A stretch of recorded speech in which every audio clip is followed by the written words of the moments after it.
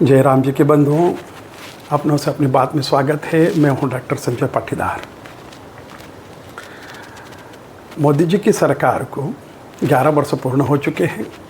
इन 11 वर्ष पूर्ण होने की खुशी में सरकार 11 वर्ष बेमिसाल के रूप में कार्यक्रम आयोजित कर रही है। यह तीसरा टर्म है, इसे मोदी 3 कह रहे हैं। अगर दूसरे शब्दों में कहें तो मोदी जी का 3 क्षेत्रों पर कितना गहरा असर हुआ, इस बात पर चर्चा करते हैं। पहला क्षेत्र है विदेशों में। मोदी जी के कारण विदेशों में भारत की साख और ताकत कितनी बड़ी है। दूसरा है भारत, मोदी जी के नेतृत्व में भारत कितना सक्षम और समर्थ हुआ है।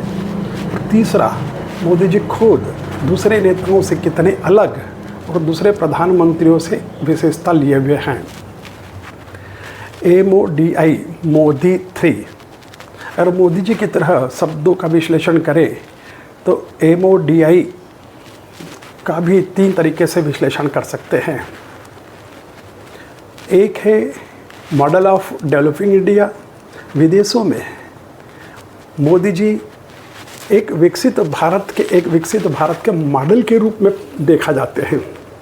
भारत में master of developing India, Modi ji को भारत के लोग विकसित भारत के मास्टर स्ट्रोक के रूप में देखते हैं। लोग कहते हैं भूतो न भविष्यति की तरह है, और खुद के लिए मिशन ऑफ डेवलपिंग इंडिया वे खुद मानते हैं कि विकसित भारत के लिए मैं एक मिशन है मेरा। नरेंद्र मोदी जी कैसे बने? मोदी जी मोदी के लोगों के अंतर्मन से निकलने वाली पुकार कैसे बने, और ये पुकार ग्लोबल लीडर के रूप में कैसे पहचान बनी, यह भी उनके व्यक्तित्व की परिभाषित करती है। भारत को देखने का और भारत के देखने का नजरिया बदला है। मोदी जी के नेतृत्व में भारत के देखने का और भारत को देखने का नजरिया बदला है। भारत के देखने में मोदी जी ने कहा था कि हम न तो आँख झुका करके बात करेंगे, न आँख उठा करके बात करेंगे, हम आँख में आँख मिला करके बात करेंगे। यह नजरिया मोदी जी के कारण बदला है। और भारत को देखने का नजरिया भी मोदी जी के कारण बदला है। जो पहले भारत मौन स्वीकृति में हाँ मिलाता था, करके हुंकारे भरता था, मोदी जी के कारण अब वह नया भारत हुंकार भरता है। हम मोदी जी की योजनाओं के बारे में बात नहीं करेंगे, वह समाचार पत्रों में, मीडिया में सब जगह आ रहा है। हम उनके विचार से लिए, उनकी आदतें, उनके कार्यशैली के बारे में कुछ बात करना चाहते हैं कि कैसे छोटी छोटी घटनाएं मोदी जी के व्यक्तित्व को परिभाषित करती है। जैसे कारगिल की घटना हुई। कारगिल की घटना के बाद मोदी जी संगठन का काम करते थे।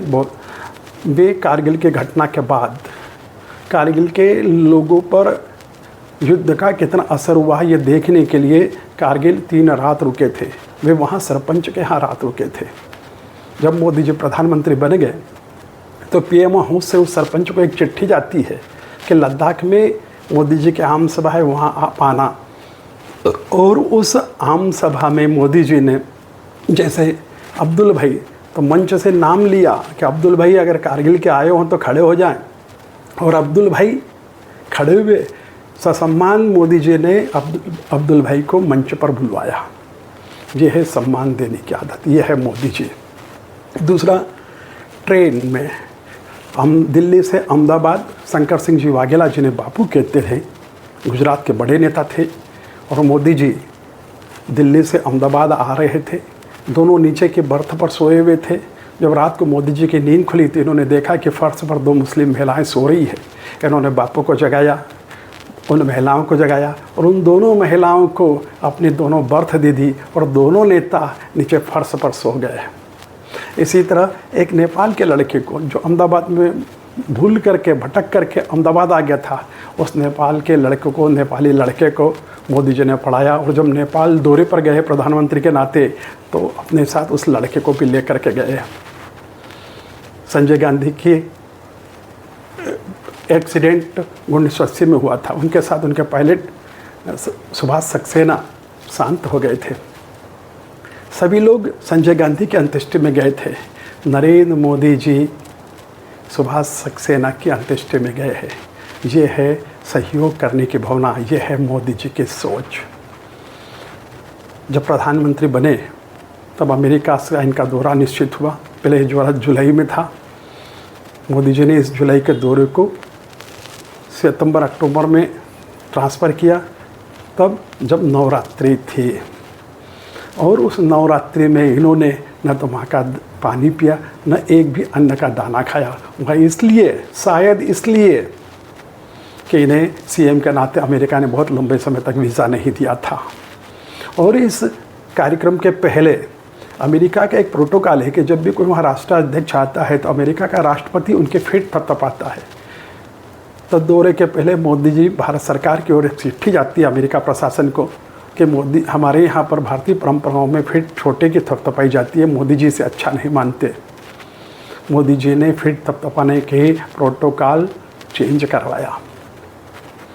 भाई बराक ओबामा 26 जनवरी 15 को भारत में मुख्य अतिथि के रूप में झंडा वंदन के कार्यक्रम में आए। इसके पहले तक जो भी मुख्य अतिथि आते थे, Taiwan, Myanmar, Burma, Thailand, Vietnam, 2-3 बार सोवियत संघ के और इनके आए हैं।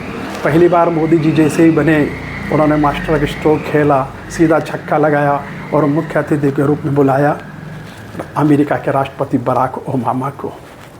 और आज लोग बात करते हैं कि ऑपरेशन सिंदूर पर 2 महिलाओं को बुला करके सरकार ने राजनीति की, कुरैशी बहन को और योमिका सिंह को। पर उन लोगों को मालूम नहीं है कि 2015 में महिलाओं को सम्मान देने के नीति के कारण राष्ट्रपति भवन में बराक ओबामा को गॉर्ड ऑफ ऑनर पूजा ठाकुर ने दिया था। यह है महिलाओं के प्रति सोच, यह है मोदी जी। और 26 जनवरी 22 को राष्ट्रपति के बेटे का एक घोड़ा है विराट, वो रिटायर हो रहा था। करुणा देखिए मोदी जी की, कि मोदी जी ने उस घोड़े के पास गए और उस घोड़े को सहलाया। ये मोदी जी की सोच से हमें सीखना चाहिए। जब पहली बार प्रधानमंत्री बने तो सचिवों के साथ बैठक हुई, तो 52 सचिव उस परिचय बैठक में एकत्रित हुए थे। सभी सचिवों ने अपना नाम और अपने मंत्रालय का नाम बताया। जब परिचय खत्म हो गया तब मोदी जी ने, जब बात चल रही थी, तब एक एक ये जितने भी मंत्री सचिवों के नाम लिए, अरुण मल्होत्रा जी आप बताइए, अरविंद तिवारी जी आप बताइए, इस प्रकार नाम लेकर के और मंत्रालय का नाम लेकर के बात की। इसको कहते हैं मेमोरी। और इसी प्रकार लंदन में जब ये भारतीयों को संबोधित कर रहे थे तो वहाँ की पूरी कैबिनेट एकत्रित थी। उनके मंत्रियों के अंग्रेज़ों के नाम पूरे सही नाम उच्चारित किए, और यही नहीं, इतना ही नहीं, उन लोगों के मंत्रालय के नाम भी उच्चारित किए। इसको कहते हैं मोदी जी की मेमोरी। हम लोगों के भी उनसे मेमोरी के इस गुण को सीखना चाहिए।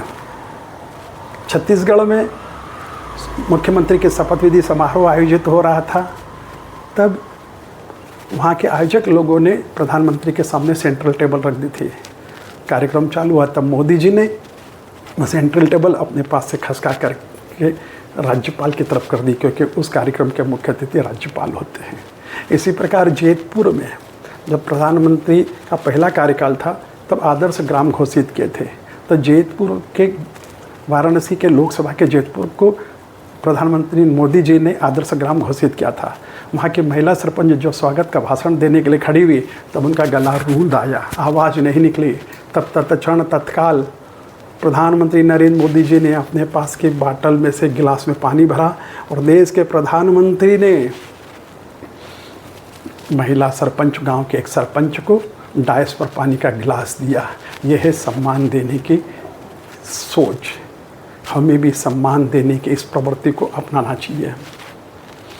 दीपावली पर सैनिकों का साथ मनाना हो, विद्यार्थियों के लिए परीक्षा पे चर्चा करके उन्हें डिप्रेशन से बाहर लाना हो, खिलाड़ी जब विदेशों से खेल करके बाहर आते हैं तब पीएम हाउस में उनके साथ भोजन करना हो, उनका मनोबल बढ़ाना हो, मज़दूरों के साथ फ़ोटो खिंचवाना, उनके साथ खाना खाना।